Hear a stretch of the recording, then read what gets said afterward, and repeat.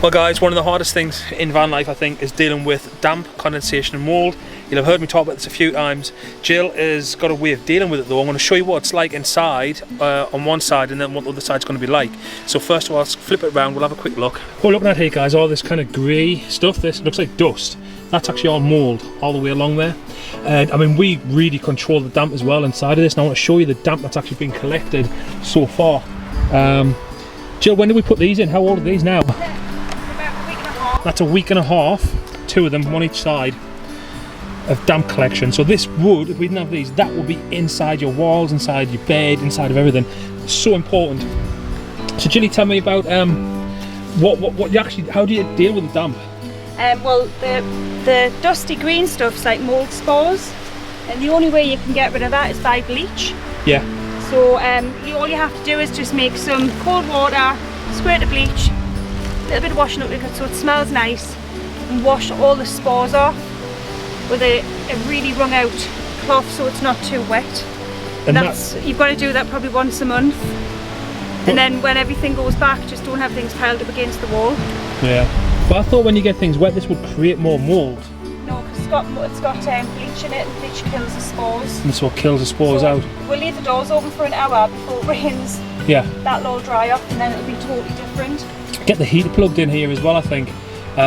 We'll pull the electric fan heater through, and we'll try and dry it off as well to make sure we definitely get it dried off. But you can see here, like, how she's got to wash all the walls just inside of there. What it needs is cleaned it, really. Yeah, so one of the things we're going to do on this, on the van update, on the van build updates and stuff, is we're going to be doing painting with anti-mold paint, stuff like that. I'm actually going to be using some special UPVC sheeting inside the new garage build as well. Now, if we turn this around, you can see here, so we use a lot of large boxes. So this here is this large box on wheels. This is what the sup lives inside of, and that's what keeps the sup dry, or keeps the moisture inside the trap. So the sup goes in there wet. Anything that's wet goes inside this other wet box. I've got two wet boxes, and then when we come back here, it all gets like hung out and dry. If it's raining or whatever like that, sadly they've got to stay inside. You got stuck? Stuck!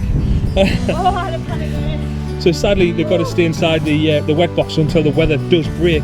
But even then, it still creates a small amount of condensation. So a few things that creates condensation and does this. One of them is obviously gas. Gas is one of the biggest contributors to creating condensation inside a van. And this is why we carpet the doors with anti-mold carpet. Because we can get up in the morning, this bottom section here can be soaking wet, you can feel it, and that's for us breathing condensation against the doors. Even though these are all protected, they've got the silver stuff. I don't know if you can see some of the silver stuff just here for the thermal barrier, whatever it is. We've got that, we've got Celotex inlay inside of there. You can use wood, and you can try and use wood or whatever like that on the doors, things like that, but it's the metal, it's the bare metal itself which collects the condensation. So just be aware, where you've got bare metal, you're going to get condensation. So always do your best to try and make some sort of vapor barrier or whatever like that. Yeah, I don't think I'd wood doors. I see a lot of people doing wood on the doors, and I just think unless you protect that wood, you're going to end up with soggy wood. Yeah, exactly. Soggy wood. I mean, guys, if you know a different way of being able to deal with the damp and the stuff, comment down below. Let us know about how you're dealing with it, because we're fighting with it. Every week we fight with it. Every week we remove damp traps, multiple damp traps. I've got 3 in the front, 2 in the back here section, and I've got another 2 there, which are them box things down there. This is what we call the wet side anyway. Yeah. This is really where anything that's wet would go inside the boxes. To be honest with you, we get it bad here, but it's the other side. We get so bad on that side, but I think it's because it's piled up with crap. We've just got too much stuff. We need to sort that out. I mean, the surfboards are in the middle here, as you can see. Then in the back here, I've got like all my snorkel gears, you know, sub gear, board shorts and rashies and wetsuits and stuff. Yeah, we've got to deal with that. But this winter, painting all this, getting all sort of new garage build, it's going to be looking pretty epic. Amazon. That's what you're dealing with. Yeah, you buy them in the pound shop, but they're not always in stock. Wardrobe dehumidifiers. So. And that's all they are. Yeah, and that's what they look like when they're brand new. Then in 1 week's time, that's what they look like. But if we didn't have these in, I dread to think what it would be like. And yeah, I mean, that's a lot of water, eh? I always put them with the... How much water do these hold? It tells on the front there. 250 mils. 250 mil, and that's more than 250 mil inside there, I think. It's probably about 200. So there's 500 mil just in them two there. So 500 mils, which is quite a bit. You know, that's nuts. Well, I mean, people who live in vans all the time must get this problem. I don't know if some people are bothered about it. I think a lot of people don't even realise. A lot of guys out there, when I talk about this stuff, they're like, they haven't got a clue. They're like, I don't get damp. I'm like, put a damp trap in and see how much damp you actually get. And then they're like, oh, and it's not until like they move the mattresses and they find the mould. And I never thought about it until I seen a guy once down at Fistral, and he had one of these hanging in the front of the van. And I asked him what it was, and he said it was because his surfboards live in the van.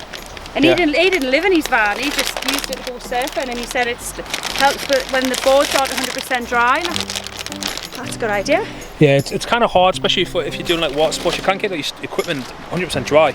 But there's things that we do as well. Like if you look here, you can see we've got like this is our wardrobe. You can see there's a big gap there, and that allows the air to flow. It's all about airflow. So we've got like certain things like this, which allows air to go through down the sides of the bed. We don't have anything really tight under the bed here. We don't get any kind of, luckily for us, we don't get any kind of that's dry now mold or anything like that. Yeah. Some people put holes in the wood, don't they? Yeah, I've seen more mould under the bed through the holes than I have without it.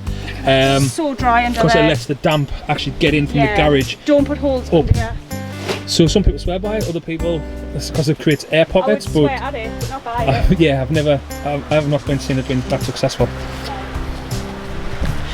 Right guys, anyway, I think that's it about the mould situation, but that's what you want to do with mould. Obviously clean it off, use some bleach, a little bit of detergent, make sure you can get it dry afterwards. Once you've done that, you want to add some damp traps inside the van to make sure you can capture and collect the damp. Use mould resistant carpeting where you can. Leave air pockets and gaps around the van where you can to allow things to be able to breathe, and don't stack stuff against the walls of the van because that's going to create the mold. So keep things off the walls of the van if you can. Don't be lazy like I was, because I got so sick of painting in another van. Yeah. Paint these with anti-damp paint. Yeah, paint. It's about £20 for a tin, and it goes on like gloss, but it's so worth it. Yeah, we're going to get some of that this winter. We're going to get all painted up anti-damp and stuff like that and make sure it's done properly. So that really is worth putting the time and effort in to do that anyway. Anyway guys, that's us for this little update or this little vlog. If you enjoyed it, please give us a like. Remember to leave us a comment, and we hope to see you in the next one. Peace.